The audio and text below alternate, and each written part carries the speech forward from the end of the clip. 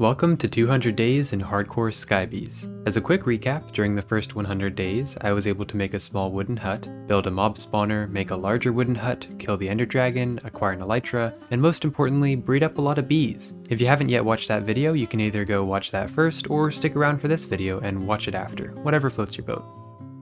Day 101. It's been a month or two since I've logged onto this world, so for the first few minutes I ran around like a headless chicken trying to remember what was going on. Three things I knew I wanted as soon as possible were refined storage, so I could digitally store my items and not have to keep everything organized in chests, mechanism, so I could double the output of my ores, and power, so I could set up a much better power source than my current grid of heat generators. But these mods are heavily gated. By that I mean I would need to progress through the beginnings of astral sorcery, blood magic, botania, and immersive engineering. One of the first items I knew I needed was steel, and a lot of it. As this is the Skybees mod pack, it only makes sense that I breed up some steel bees. For this I needed iron bees and coal bees, of which I had neither. Coal I was able to craft, but for iron I needed to breed my sieve and sand bees together. It said it had a 70% chance of being born, but my luck was very poor, and I got stuck with prismarine. The next morning I threw a bunch of eggs, and while waiting for the bees to rest up, I decided to improve the look of my beehives. I know I added leaves in the past episode, but let's be honest, it didn't make it that much better. No worries though, I had a much better idea. The plan was to create my own landscape that went over the top of the beehives. The hives would then poke out of the hill, sort of like a hobbit hole. As I was checking out the profile from atop my base, I was rudely interrupted by a hole in my roof. I then unsuccessfully bred my bees once more and continued working on the hill throughout the night. The next day I continued tweaking its shape and added in the stone for the cliff face that the hives would be sticking out of. Then finally on the third try, out popped an iron bee.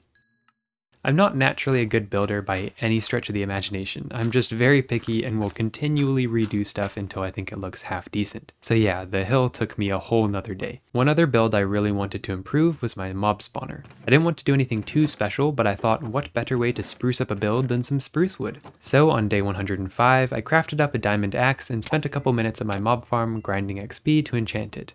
I only got efficiency 3 in magnet, but I didn't want to stand at the mob farm any longer, so I grabbed some emeralds, traded with my villager, and slapped a mending book on it.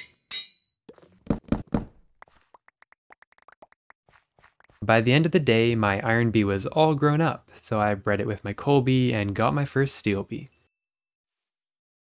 For the mob spawner, I constructed 4 pillars of spruce in the corners and added stripped logs between just to make it look a little bit more structurally supported. One of the first mods I wanted to get into was astral sorcery, and the closer I am to the night sky when performing the astral magic, the more starlight energy I have access to. Thus, I made a dirt platform on top of my mob spawner for this purpose. The first step in astral is to make a luminous crafting table. This can't simply be crafted though. Instead, I had to first make a Dissidia collector crystal and use a linking tool to convert a regular crafting table into the luminous one. Gotta love the shader bugs. It's supposed to look a lot prettier than that. Next, I needed the light well, so I could convert aquamarines into liquid starlight. I collected aquamarines from sifting some sand and used those to create rock crystal ore.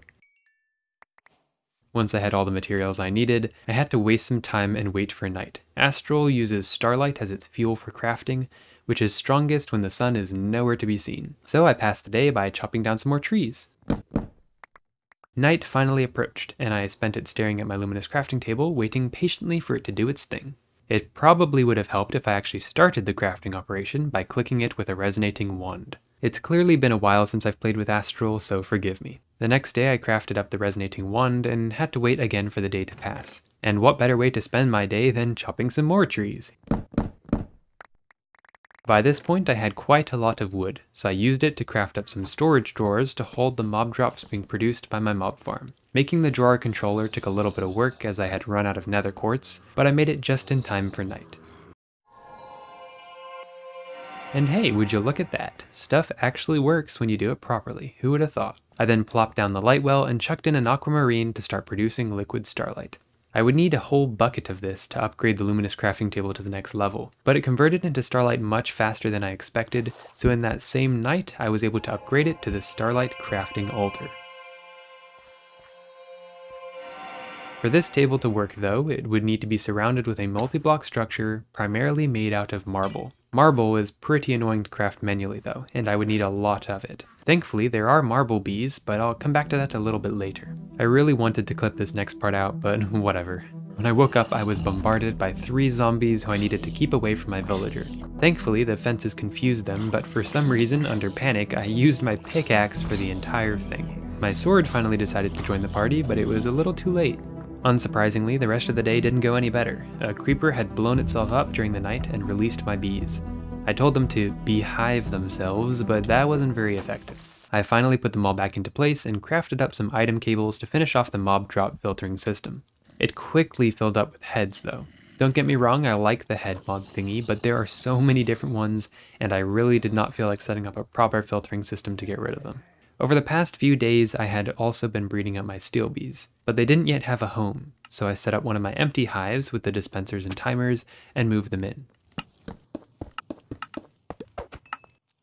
But it turns out to produce steel honeycombs, they needed a steel block as their flower. My plan was to use them for steel, but if they wouldn't produce any until I had my own, I needed to figure out a new plan. The easiest way seemed to be crafting a blast furnace from immersive engineering. This would require some magma blocks, which in this pack require magma slime and blaze powder. So I stocked up on some bread and made another trip to the nether. Equipped with my elytra and bow, the blazes did not stand a chance. It was actually really fun fighting them in midair. Once I had enough, I crafted up the magma blocks, converted a bunch of dust into clay, and smelted them into bricks. The last ingredient was nether brick, but unfortunately the nether in this pack doesn't have any nether rack, so I had to craft it up myself. Each one used up a whole bucket of lava though, so this process took about a day and a half. On the night of day 112, I built up the blast furnace and started cooking some steel. While waiting for the steel, I decided to craft some marble bee eggs, which would help massively in the construction of the Starlight Crafting Altars multi-block.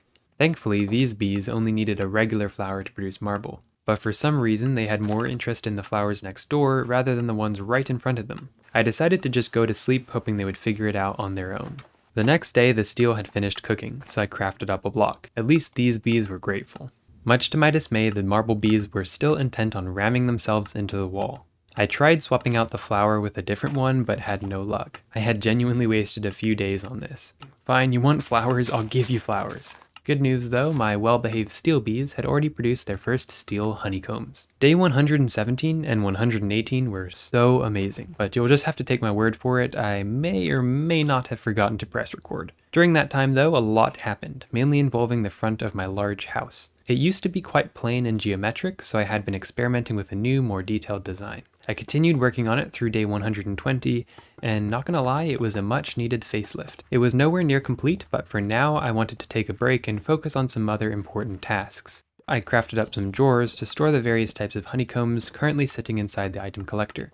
The item cable I was using didn't seem to be working properly though. It would transfer the items once, but then any items that came after got stuck inside the collector. It was good enough for now though.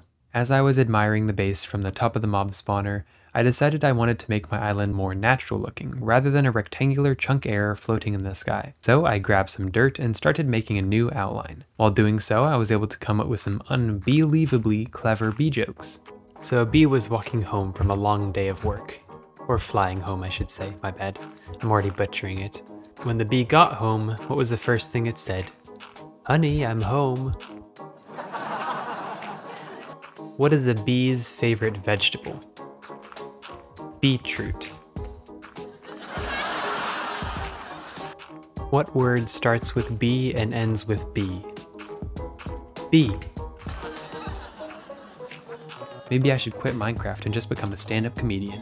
Personally, I think the profile of the island turned out pretty well. At the very least, you have to agree it's better than a floating rectangle. The next step was connecting the outline to the existing grass platform. As you can imagine though, I ran out of dirt quite quickly. So as I was waiting for my dirt generator to make more, I turned my attention to the marble bees. They had produced quite a few combs already, so I centrifuged them into marble blocks and crafted up the items I needed for the astral multi-block structure.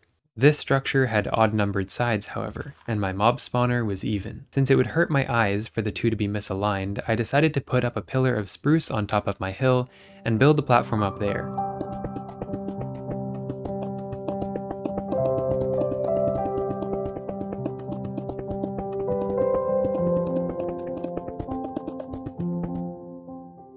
At this point, I was almost ready to move on from astral sorcery to blood magic. All I needed was to craft the blood altar, whose recipe was pretty straightforward except for the massive amount of steel it used and the demon will. To acquire the will of a demon, I crafted up some soul snares and infected a mob with it. I then collected the redstone and steel I needed and waited patiently for the night sky to fill up the altar with starlight.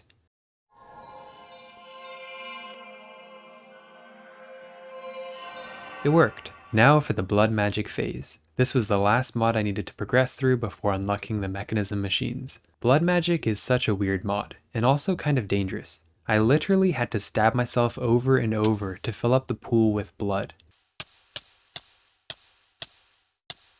My blood is then used to transform items that are tossed into the pool.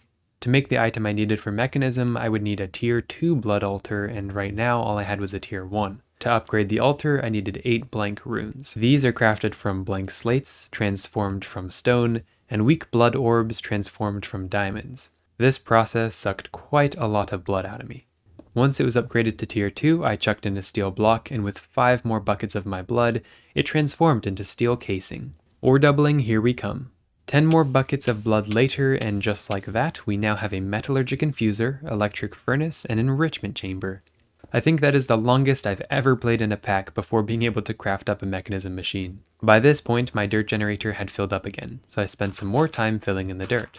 Now that my weak heat generators had to power both my mechanism machines and my honeycomb centrifuges, I really needed a better power source. I decided on using Powa for this, which is a mod that has some pretty good generators fueled by coal. But these generators needed dielectric paste, which is made from tossing coal into a mana pool. Thus enters another mod, Botania.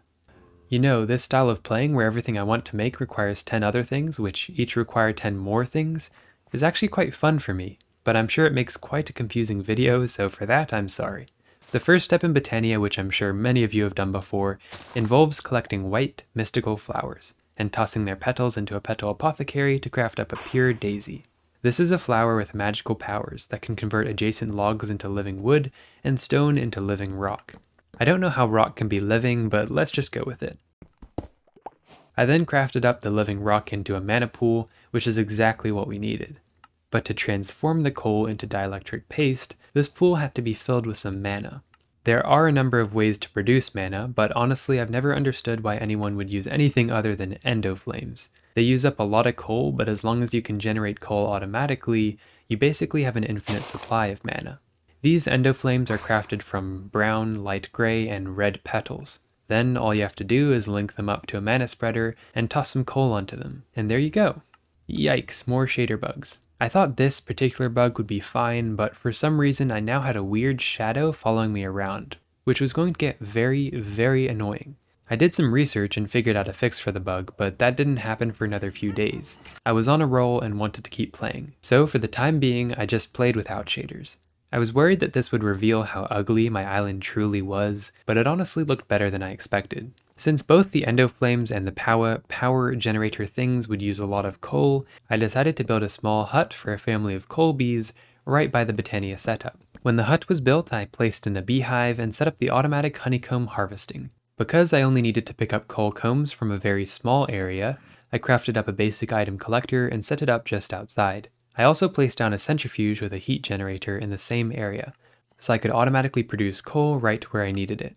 But if I wanted the mana generation to be fully automatic, I had to figure out a way to dispense the coal on top of the endoflames periodically. From some YouTube videos a long time ago, I remembered that this could be automated by dropping coal onto a pressure plate.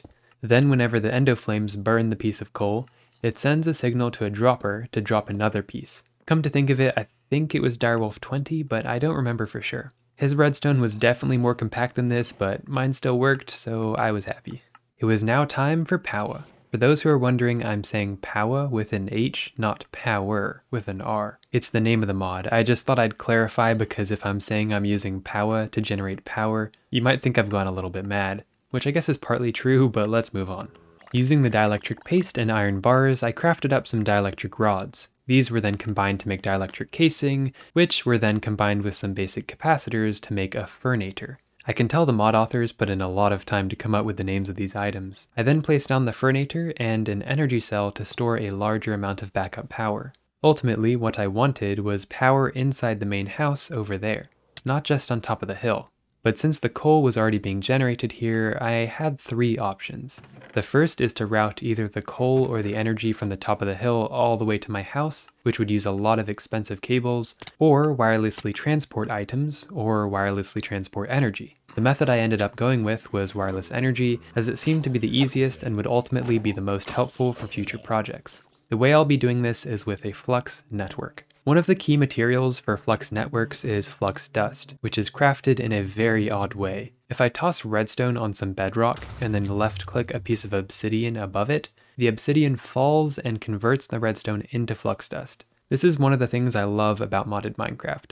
Not everything is made in front of a crafting table. I didn't have much redstone though, and I needed a lot of flux dust to craft the items I want. So I made some redstone bees. I used to have some from the first 100 days, but they had disappeared for some reason. While waiting for the dust and sieve bees to rest between breeding sessions, I spent the next 4 days adding in more dirt around my base. I know you really don't want me to skip over this because dirt is just so interesting to watch.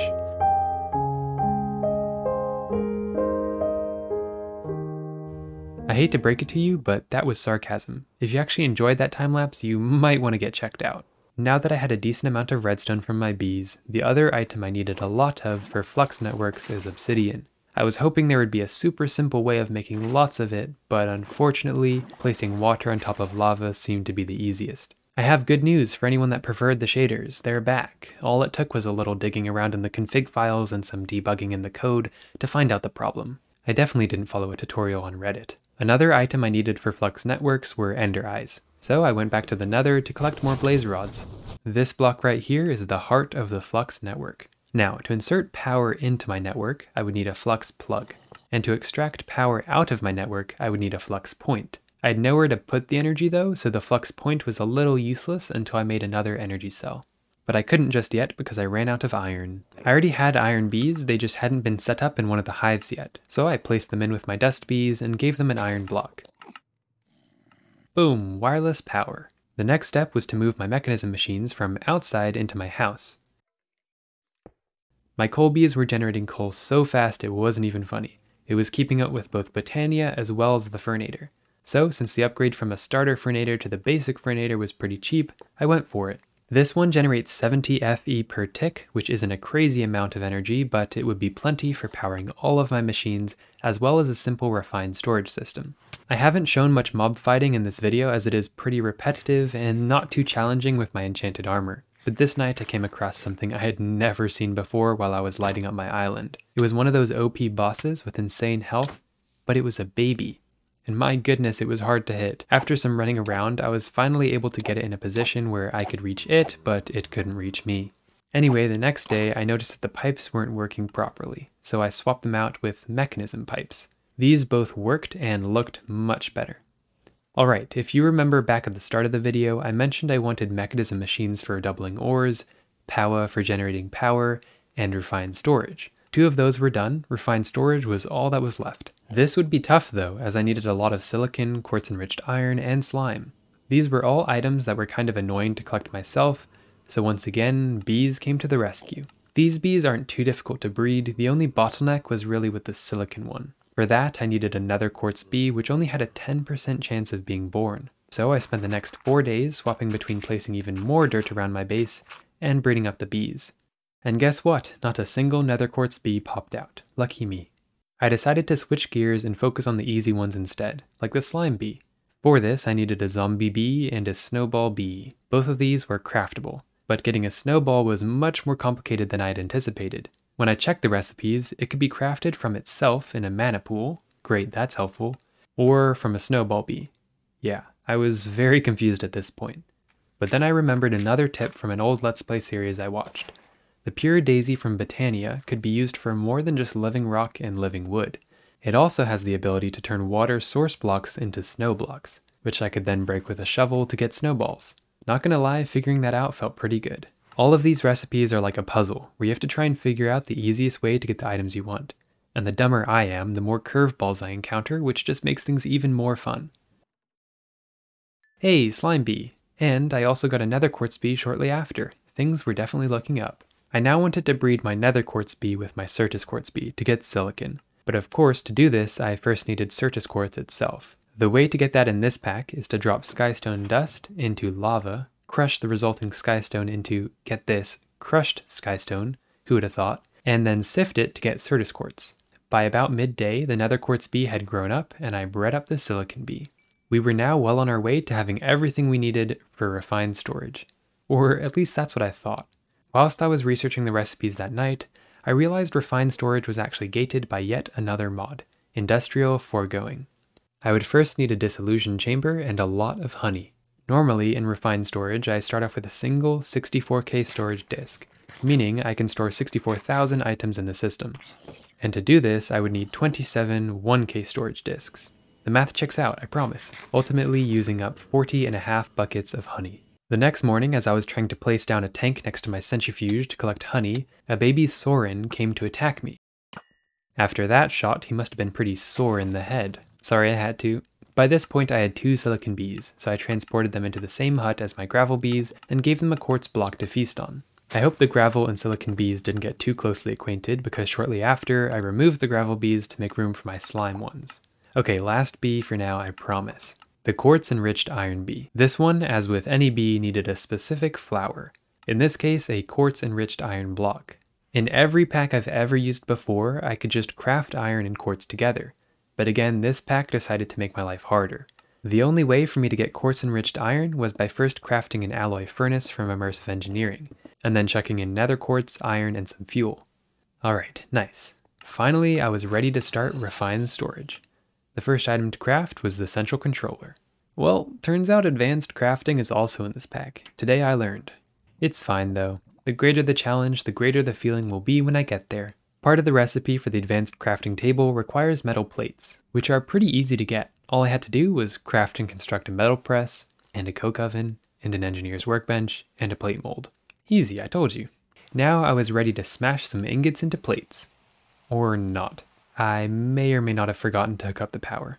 Ah, that's better. As I was collecting the rest of the materials for the advanced crafting table, I did this. Smooth. Next up, part of the recipe for the controller were advanced processors, which were made in an inscriber. I feel like all I've been doing for the last 20 minutes is listing off crafting recipes, so to give both your mind and mine a break, here's a montage of me gathering the rest of the things needed for refined storage.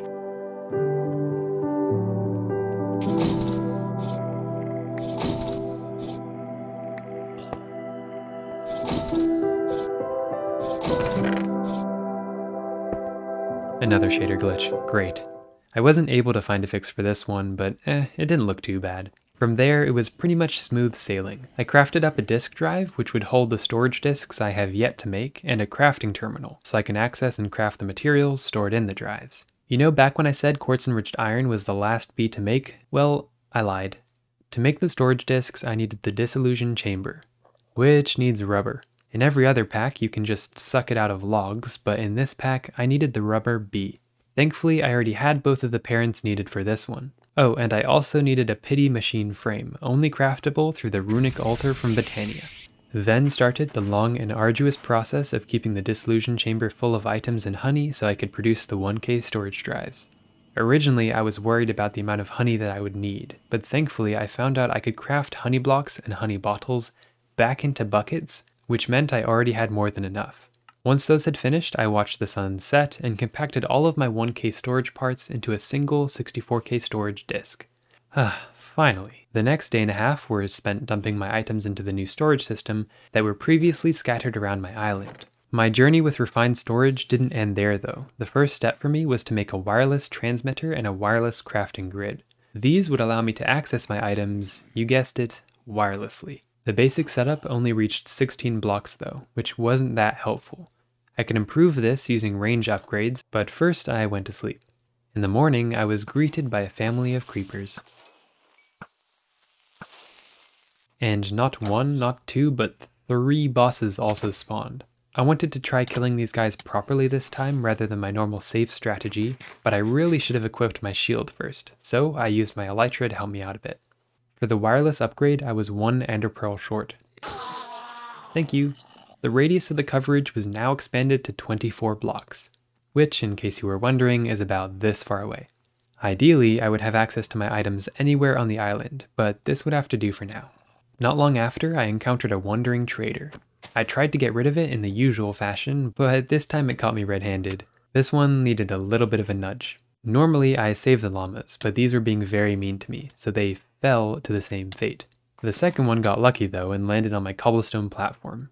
And what I saw down there made me laugh. So that's where the Endermen have been taking all of my grass. I wasn't going to let the llama get off the hook though. Alrighty, now that I could access all my stuff much more easily than before, it's building time. I'd finished the massive dirt platform, but it was looking very empty, and I really was hoping the island would look finished at the end of these 200 days. Earlier in the episode, I modified the front of my base to a new, more detailed style. The plan was to continue this design and also increase the overall size of the building, because although it looked cool from the outside, this design didn't have much room on the inside for future machines and factories and other cool things. Surprisingly, this was the first time in this series I had messed up with Vein Miner. All it takes is one slip of the mouse and goodbye wall. I tried lighting things up as best as possible, but the more I built, the more spawn points I was creating. Here's a quick compilation of one day's worth of mobs.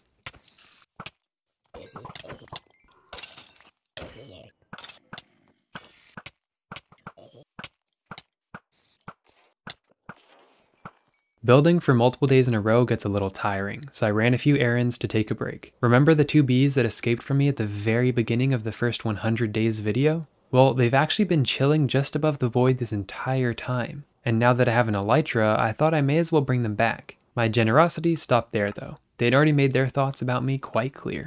The second errand I ran was to clear up all of the Enderman's grass and remove the cobblestone platform. The reason I built it in the first place was to catch me if I accidentally mined the block beneath me, or if a creeper blew up and I fell down its hole. But since I had an elytra now, its only purpose was apparently a storage room for Endermen. Alright, back to building. Originally, I planned to have 4 separate floors of slabs. However, it felt a bit cramped, so I decided to remove 2 of the floors, but keep the wooden support beams. That looked much better. By this point, I was quite happy with the building. Even though it isn't the best house you've ever seen, you have to admit it's better than the way it was back at day 100. The next step to beautifying the island, now that the house was done, was replacing the podzol with dirt and making some paths around the island to connect everything up. I also filled in all the creeper holes that were now littering the landscape. The island needed more than just paths though. One idea I had was to build a pier off the edge to serve as a docking station for visiting airships. Though the end result wasn't as good as I was hoping it to be.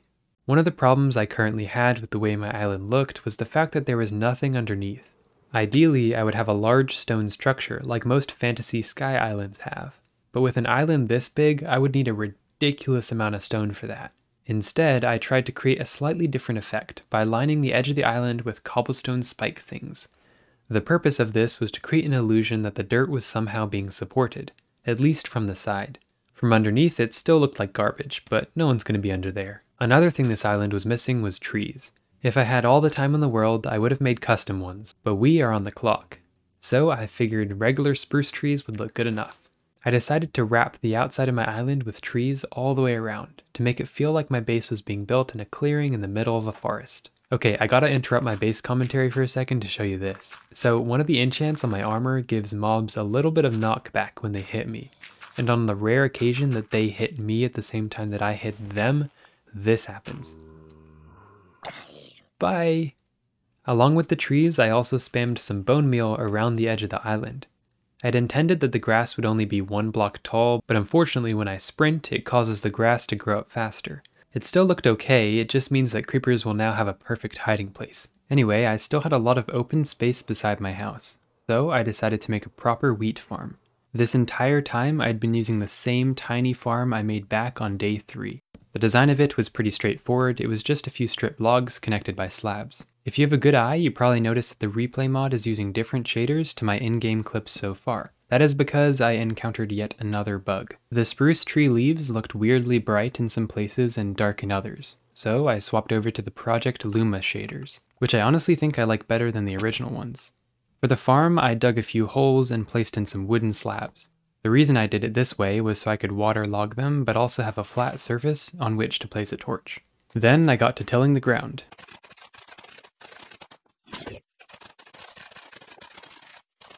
What a beautiful sunrise. The island was definitely coming together now. The last 2 steps for the farm were to sow the seeds and place the torches. Previously, I didn't think there was a way in this pack to prevent mob spawns effectively, other than using a bunch of torches. But from my last video, 100 Days in the Industrial Revolution, I learned that the powered lanterns from Immersive Engineering prevent all mob spawns in a 32 block radius. Since we now have plenty of power, we might as well make some. For that, there was one new item I hadn't crafted yet, and that was copper wire. In normal packs, you can make this simply by crafting cutters and copper plates together.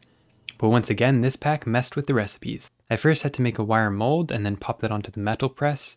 Then I could toss the ingots on and they would get converted into wires. Nice. Thankfully, my energy cell was perfectly aligned with the wooden support beam outside my base. This meant that I had some room to route the wire through the wall. With the power now accessible outside of my base, I then started surrounding my base with lanterns. I only had 10 of them, so I couldn't make it all the way around, but since each one prevented mob spawns in a 32 block radius, this was plenty for now. We are getting so close, only 3 more days. In my original farm, I'd been growing both wheat and hemp, and I still had some space up near my house, so I made another farm in the same sort of fashion for my hemp seeds. Now that those farms were built, I no longer had a need for the original one. While cleaning up the clutter in that area, I also decided to take down my centrifuge setup and my heat generators. That night I found Soren again, and thought of another pun I just couldn't resist. Wow, my knockback sent him soaring off the edge. And with that, it was my final day of the video. My bees have been producing honeycombs like crazy, and I have not been processing them fast enough. So I decided my last project of the video would be setting up a small automated centrifuging system.